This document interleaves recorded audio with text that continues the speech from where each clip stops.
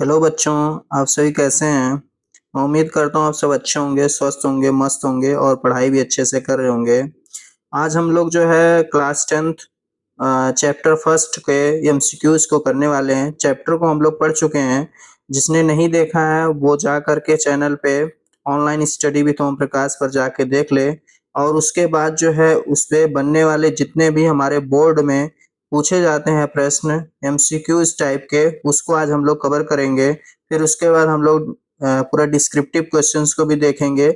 आज फिलहाल एमसीक्यूज को देखेंगे, उस पे जितने भी एमसीक्यूज बनेंगे वो सारे को मैंने इसमें कवर किया है और हम लोग अच्छे से देखेंगे जिससे हमारी बोर्ड की तैयारी अच्छे से हो सके। तो चलिए हम लोग जो है बिना देर किए हुए शुरू करते हैं। तो इसमें जो पहला चैप्टर है, जैसा कि सब लोग जानते हैं, ये पहला चैप्टर है श्रम विभाजन और जाति प्रथा, जिसके लेखक हैं डॉक्टर भीमराव अंबेडकर। तो अब इसमें चलिए हम लोग शुरू करते हैं। इसमें एमसीक्यूज के प्रश्न हैं। तो पहला प्रश्न है, अच्छे से आप लोग देखेंगे, जो कहीं पे भी किसी प्रश्न में कोई डाउट होगा क्वेश्चन कर कमेंट करके जरूर आप लोग पूछिएगा। तो इसमें हम लोग अच्छे से देखेंगे। चलिए, पहला है प्रश्न, श्रम विभाजन जाति प्रथा के लेखक कौन है? तो श्रम विभाजन और जाति प्रथा के लेखक, जैसा कि आप सभी जानते हैं, ये कौन है? इसमें ऑप्शन दिया गया है महात्मा गांधी, डॉक्टर भीमराव अंबेडकर, राम मनोहर लोहिया, डॉक्टर संपूर्णानंद। तो आप सभी को पता है कि इसके जो लेखक हैं वो है डॉक्टर भीमराव अंबेडकर जी। ठीक है। चलिए, दूसरा प्रश्न है लेखक की दृष्टि से विडंबना की बात क्या है? जैसा कि हम लोग शुरुआत में जैसे ही चैप्टर पढ़ते हैं तो वहां पे जो है हमें ये लाइन मिलता है। तो विडंबना की बात उन्होंने क्या कहा है, चलिए हम लोग देखते हैं ऑप्शन में कि जातिवाद के पोषकों की कमी नहीं है, या जातिवाद के पोषक नगण्य हैं, या आर्थिक दृष्टि से जातिवाद उचित है, या जातिवाद लोकतंत्र के विरुद्ध नहीं है। तो चलिए, इसका ऑप्शन हो जाएगा क, जातिवाद के पोषकों की कमी नहीं है। ठीक है। चलिए हम लोग जो है नेक्स्ट प्रश्न को देखेंगे। अगला प्रश्न है, डॉक्टर अंबेडकर के अनुसार आदर्श समाज कैसा होना चाहिए? तो डॉक्टर भीमराव अंबेडकर के अनुसार आदर्श समाज कैसा होना चाहिए? तो चलिए हम लोग देखते हैं। ऑप्शन है जिसमें स्वतंत्रता, समता, भ्रातृत्व का भाव हो, या ऑप्शन खा जिसमें सभी धनी हो, या ऑप्शन गा जिसमें सभी शिक्षित हो, ऑप्शन घा जिसमें सभी स्वस्थ हो। तो इसमें उन्होंने कहा है कि आदर्श समाज कैसा होना चाहिए? जिसमें स्वतंत्रता हो, क्षमता हो, समानता की भावना हो और भाईचारे की भावना हो, वही हमारा आदर्श समाज होता है। तो इस हिसाब से हो जाएगा नंबर का मतलब जो है ऑप्शन सही। ठीक है। चलिए, प्रश्न नंबर 4 को हम लोग लेते हैं। लेखक बेरोजगारी का प्रमुख और प्रत्यक्ष कारण किसे मानते हैं?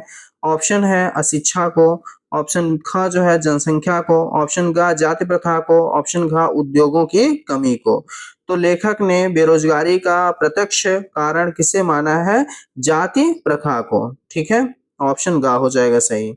चलिए, नेक्स्ट प्रश्न है कि अंबेडकर का वांग्मय का, जैसा कि मैंने बताया था कि साहित्य, ठीक है, हिंदी के कितने खंडों में प्रकाशित हो चुका है? यानी कि संपूर्ण वांग्मय इनका जो है डॉक्टर भीमराव अंबेडकर जी का, उसका जो है कितने खंडों में प्रकाशन है? तो हम लोग जो है जब लेखक परिचय को देख रहे थे उसी में हमने बताया था कि ये मोस्ट इम्पोर्टेंट प्रश्न है, आप लोग याद रखिएगा।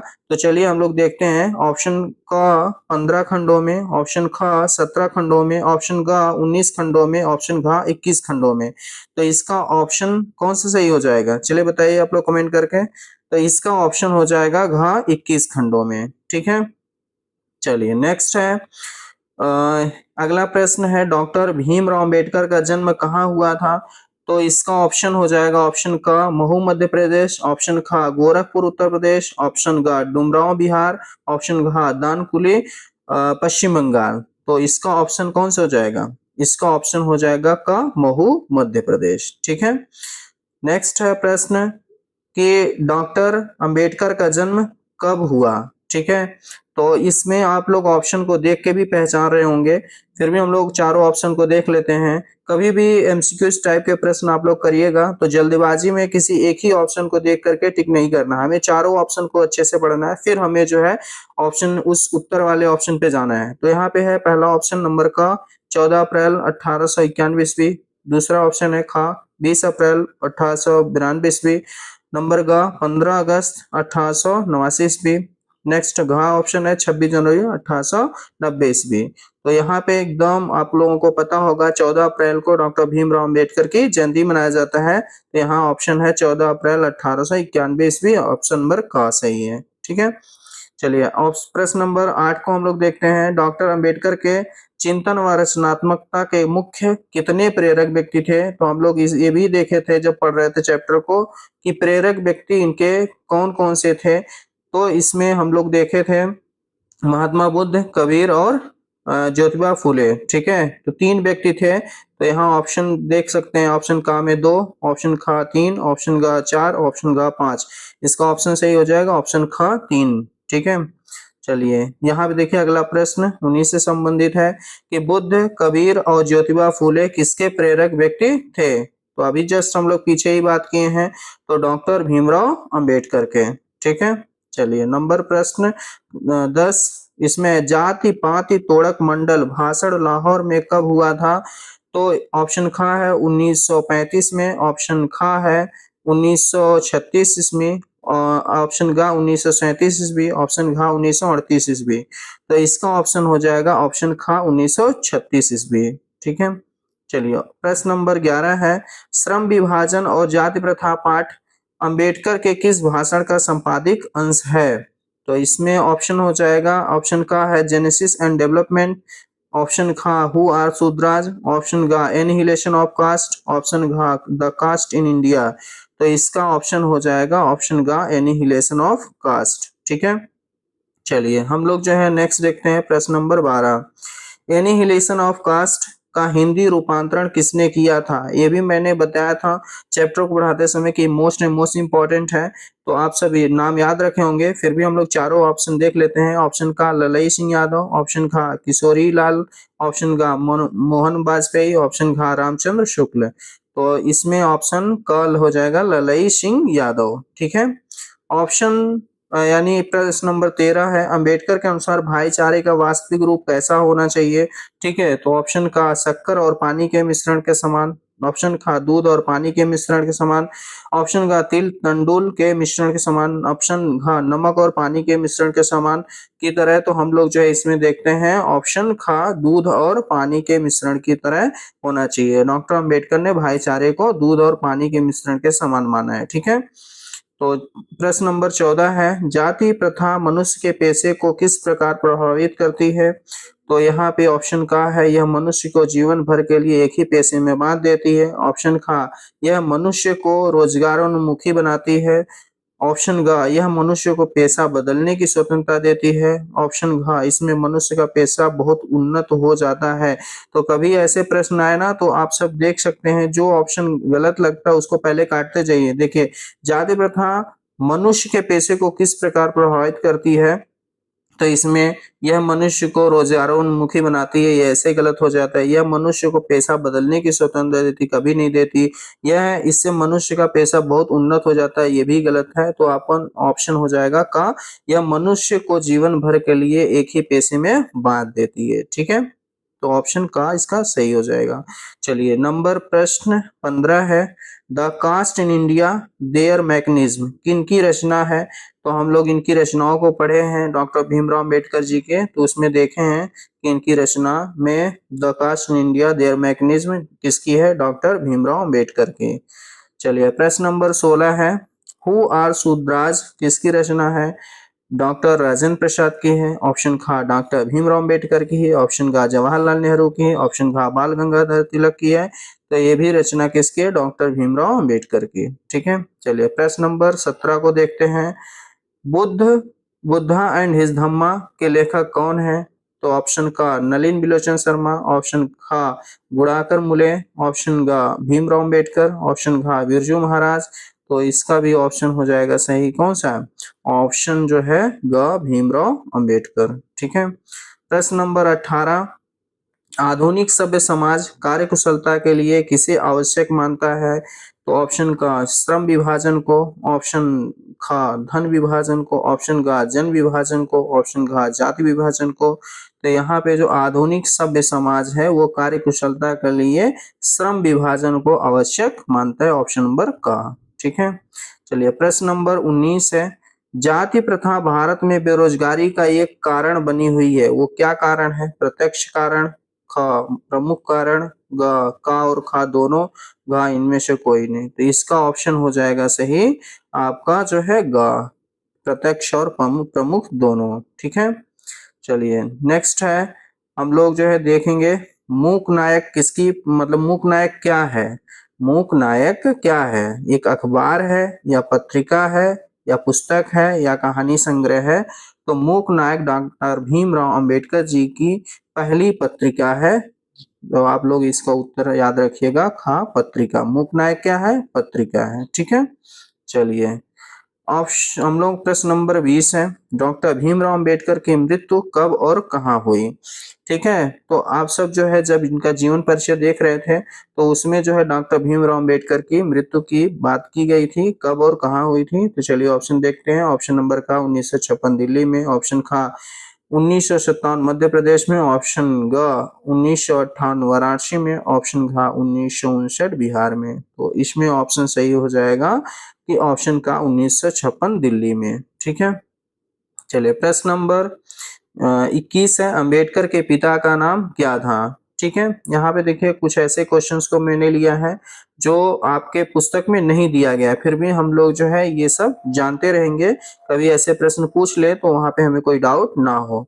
तो प्रश्न नंबर का है रामदेव शकपाल, रामजी शकपाल, नंबर गा रामकिशन शकपाल, नंबर घा राधे राम शकपाल। तो इसका उत्तर हो जाएगा रामजी सकपाल, नंबर खा। ठीक है, प्रश्न नंबर 22, अंबेडकर की माता का नाम, ये आपके पुस्तक में नहीं मिलेगा, पिता का नाम माता का नाम, फिर भी मैंने इसमें रख दिया है, आप लोग इसको जानते रहिए। ठीक है, तो इस अंबेडकर की यानी डॉक्टर भीमराव अंबेडकर जी की माता का नाम क्या था? तो क्या था? ऑप्शन का रानी बाई, ऑप्शन का कुंती बाई, ऑप्शन का शीला बाई, ऑप्शन का भीमा बाई। तो आप सबको याद रखना है कि डॉक्टर भीमराव अंबेडकर जी की माता का नाम भीमा बाई था। ठीक है, और पिता का नाम रामजी सकपाल था। चलिए प्रश्न नंबर 23 है, लेखक की दृष्टि में सच्चे लोकतंत्र का क्या अर्थ है? ठीक है, यानी लेखक के अनुसार सच्चा लोकतंत्र हम किसे कहेंगे? क्या कानून का राज होना चाहिए, वो सच्चा लोकतंत्र है? नंबर खा जनता द्वारा शासन होना चाहिए, ये लोकतंत्र है? या भाईचारे का दूध पानी जैसा मिश्रण होना चाहिए, ये सच्चा लोकतंत्र है? या सैनिकों का शासन होना चाहिए, ये सच्चा लोकतंत्र है? तो ऐसे प्रश्न आता है तो सबसे पहले आप लोग इसको पॉज करिए और कमेंट बॉक्स में इसका उत्तर लिखिए और फिर उसके बाद इसको उत्तर को देखिए, जिससे आपको आपके जो तैयारी है वो आपको ये पता चलेगा हमारी कितनी मजबूत है और हमें कितना पढ़ना है। ठीक है, चलिए इसका उत्तर हो जाएगा कि ऑप्शन नंबर ग, भाईचारे का दूध पानी जैसा मिश्रण होना चाहिए, यानी कि सच्चे लोकतंत्र जो है डॉक्टर भीमराव अंबेडकर जी उसी को मानते हैं जिसमें हम लोग भाईचारे की तरह रहें और उसमें दूध पानी जैसा मिश्रण हम लोगों को होना चाहिए। ठीक है, भाईचारे का दूध पानी जैसा मिश्रण होना चाहिए, यही सच्चा लोकतंत्र है। चलिए प्रश्न नंबर 23, जाति प्रथा का श्रम विभाजन मनुष्य की किस चीज पर निर्भर नहीं करता? यहाँ चीज एक ध्यान देना है, कुछ प्रश्न ऐसे होते हैं जिसमें नहीं पूछता है और कभी लोग हम लोग जो है जब प्रश्न को करते हैं या बहुत सारे ऐसे बच्चे जब प्रश्न करते हैं तो इस बात को ध्यान नहीं देंगे और गलत करके चले आते हैं। यहाँ नहीं करता है, यानी जाति प्रथा का श्रम विभाजन मनुष्य की किस चीज पर निर्भर नहीं करता है? क्या इच्छा पर नहीं करता, या व्यक्तिगत रुचि पर नहीं करता, कार्यकुशलता पर नहीं करता, या उपर्युक्त सभी? तो इसका हो जाएगा ऑप्शन घ उपर्युक्त सभी। ठीक है, यानी जाति प्रथा का श्रम विभाजन मनुष्य की किस चीज पर निर्भर नहीं करता, ना ही इच्छा पर करता है, ना ही व्यक्तिगत रुचि पे करता है और ना ही कार्यकुशलता पर करता है, इसलिए चारों ऑप्शन सही हो जाएगा। ठीक है, चलिए प्रश्न नंबर 24, जाति प्रथा के अनुसार श्रम विभाजन का आधार क्या है? ऑप्शन का मनुष्य की रुचि पर, रोजगार का सृजन, ऑप्शन का पैतृक पेशा, ऑप्शन का कौशल क्षमता। तो जाति प्रथा के अनुसार श्रम विभाजन का आधार क्या है? पैतृक पेशा। ठीक है, जैसा कि हम लोग जो हमारे पिताजी कर रहे थे वही हम लोगों को भी करना पड़ेगा, जाति प्रथा के अनुसार श्रम विभाजन का यही आधार है। ठीक है, चलिए प्रश्न नंबर 25, डॉक्टर भीमराव अंबेडकर ने किस पत्रिका का संपादन किया था? ठीक है, यानी किस पत्रिका का संपादन किया था? तो क्या उस पत्रिका का नाम हुंकार है? क्या उस पत्रिका का नाम बहिष्कृत भारत है? ऑप्शन ग है भारत उदय, ऑप्शन घ आनंद कादम्बिनी। तो इस पत्रिका जो है डॉक्टर भीमराव अंबेडकर जी के द्वारा जो पत्रिका का संपादन इन्होंने किया था, तो ये था बहिष्कृत भारत। ऑप्शन ख उत्तर सही है। ठीक है, चलिए प्रश्न नंबर 26।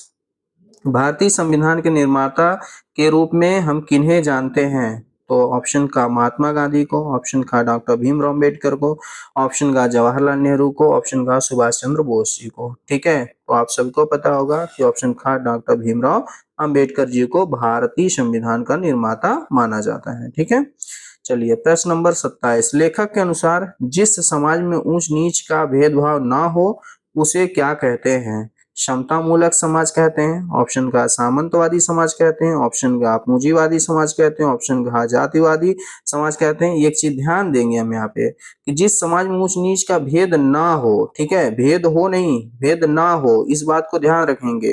तो इस हिसाब से इसका उत्तर हो जाएगा समता मूलक समाज। जहां पे समानता की भावना होगी, आपस में भाईचारे की बात होगी, वहां ऊंच नीच की बात ही नहीं होगी। ठीक है, चलिए प्रश्न नंबर नेक्स्ट है 28। मनुष्य की व्यक्तिगत भावना और व्यक्तिगत रुचि का किसमें कोई स्थान नहीं होता है?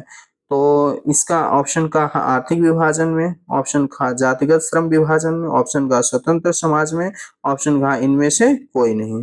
तो आप सब बता सकते हैं इसका उत्तर। इसका क्या हो जाएगा उत्तर? जातिगत श्रम विभाजन में। ठीक है, चलिए अगला है प्रश्न नंबर 29। हिंदू धर्म की जाति प्रथा किसी भी व्यक्ति को ऐसा पेशा चुनने को अनुमति नहीं देती जो उसका क्या ना हो। ठीक है, क्या उसका पैतृक पेशा ना हो, उसका मनपसंद पेशा हो, उसका आधुनिक पेशा हो, उसका सरकारी पेशा हो। तो इसका उत्तर हो जाएगा ऑप्शन का उसका पैतृक पेशा ना हो।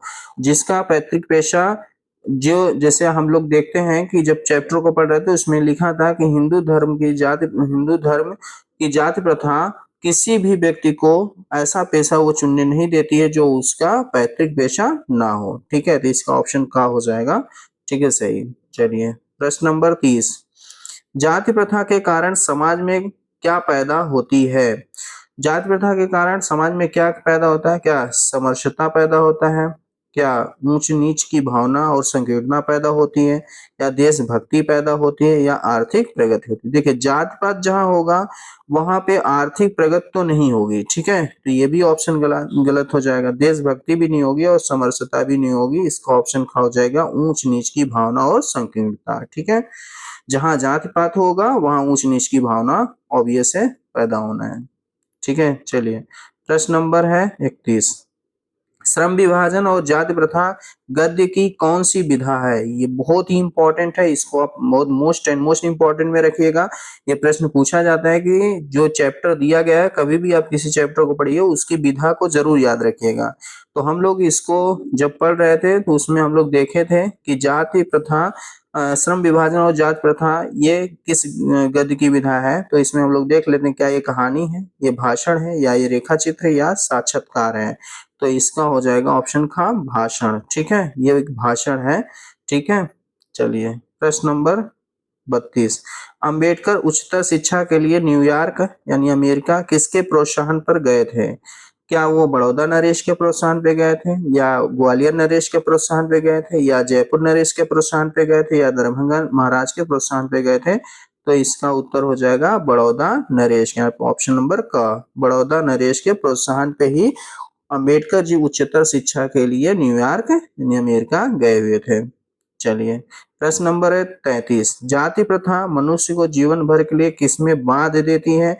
एक ही पेशे में, या ऑप्शन का अनेक पेशों में, ऑप्शन का शिक्षा में, ऑप्शन का इनमें से कोई नहीं। ठीक है, तो इसका उत्तर हो जाएगा कि एक ही पेशे में बांध देती है। ठीक है, चलिए प्रश्न नंबर 34 है। सच्चा लोकतंत्र तभी संभव है जब समाज में क्या हो? जो सच्चा लोकतंत्र हम कब मानेंगे कि सच्चा लोकतंत्र है? तो क्या ऑप्शन का स्वतंत्रता और समता, ऑप्शन का अमीरी गरीबी, ऑप्शन का कट्टरता, ऑप्शन का अशिक्षा? आप सबको इसका उत्तर पता होगा कि क्या होना चाहिए, स्वतंत्रता और समानता। यानी जब सब व्यक्ति, सब लोग स्वतंत्र रहेंगे और एक दूसरे सब लोग समान रूप से रहेंगे, ठीक है, तो वही सच्चा लोकतंत्र कहलाएगा। ठीक है।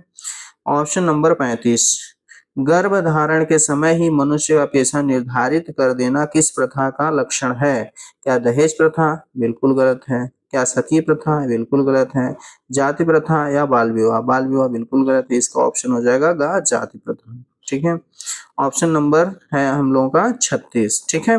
और ये लास्ट प्रश्न है, तो देखते हैं डॉक्टर भीमराव अंबेडकर ने किस प्रथा को क्रूर या अमानवीय माना है? क्या शिक्षा प्रथा को, या जाति प्रथा को, श्रम कल्याण प्रथा को, धार्मिक स्वतंत्रता को, स्वतंत्रता प्रथा को? तो इन्होंने, डॉक्टर भीमराव अंबेडकर जी ने जाति प्रथा को क्रूर और अमानवीय माना है। तो चलिए हम लोग जो इस पार्ट से जितने भी एमसीक्यूज बन रहे थे, मैंने सबको कवर किया और ये सभी के सभी बोर्ड के हिसाब से बहुत ही इंपॉर्टेंट है। आप सब इसको अच्छे से पढ़ लीजिएगा, एक बार, दो बार, तीन बार देखिएगा, और जो प्रश्न आपको कहीं डाउट लगता है उसको कमेंट बॉक्स में जरूर पूछिएगा, और इसको कोशिश करिएगा कि ये इसके एमसीक्यूज आप लोग लिख लीजिए। और इसके अगर आपको पीडीएफ चाहिए तो मेरे टेलीग्राम चैनल पे चले जाइएगा, इसके डिस्क्रिप्शन में आपको लिंक मिल जाएगा। टेलीग्राम का लिंक आपको डिस्क्रिप्शन बॉक्स में मिल जाएगा, और टेलीग्राम का चैनल भी सेम यूट्यूब चैनल के नाम पे ही, online study with Om Prakash पे है, वहां पे आपको इसका पीडीएफ मिल जाएगा। कोई भी डाउट हो आप क्वेश्चन पूछिए। अगर ये वीडियो अच्छा लगा हो, आपको प्रश्न जो है आपको लग रहा है कि हाँ हमारे बोर्ड में पूछा जा सकता है, तो वीडियो को लाइक करें, कमेंट करें, सब्सक्राइब करें, और अपने दोस्तों को भी शेयर करें। ये बिहार बोर्ड की दृश्य मोस्ट इम्पोर्टेंट है, इसको आप लोग जो है एक बार, दो बार जरूर देख लीजिएगा। चलिए आज के लिए बस इतना ही, धन्यवाद।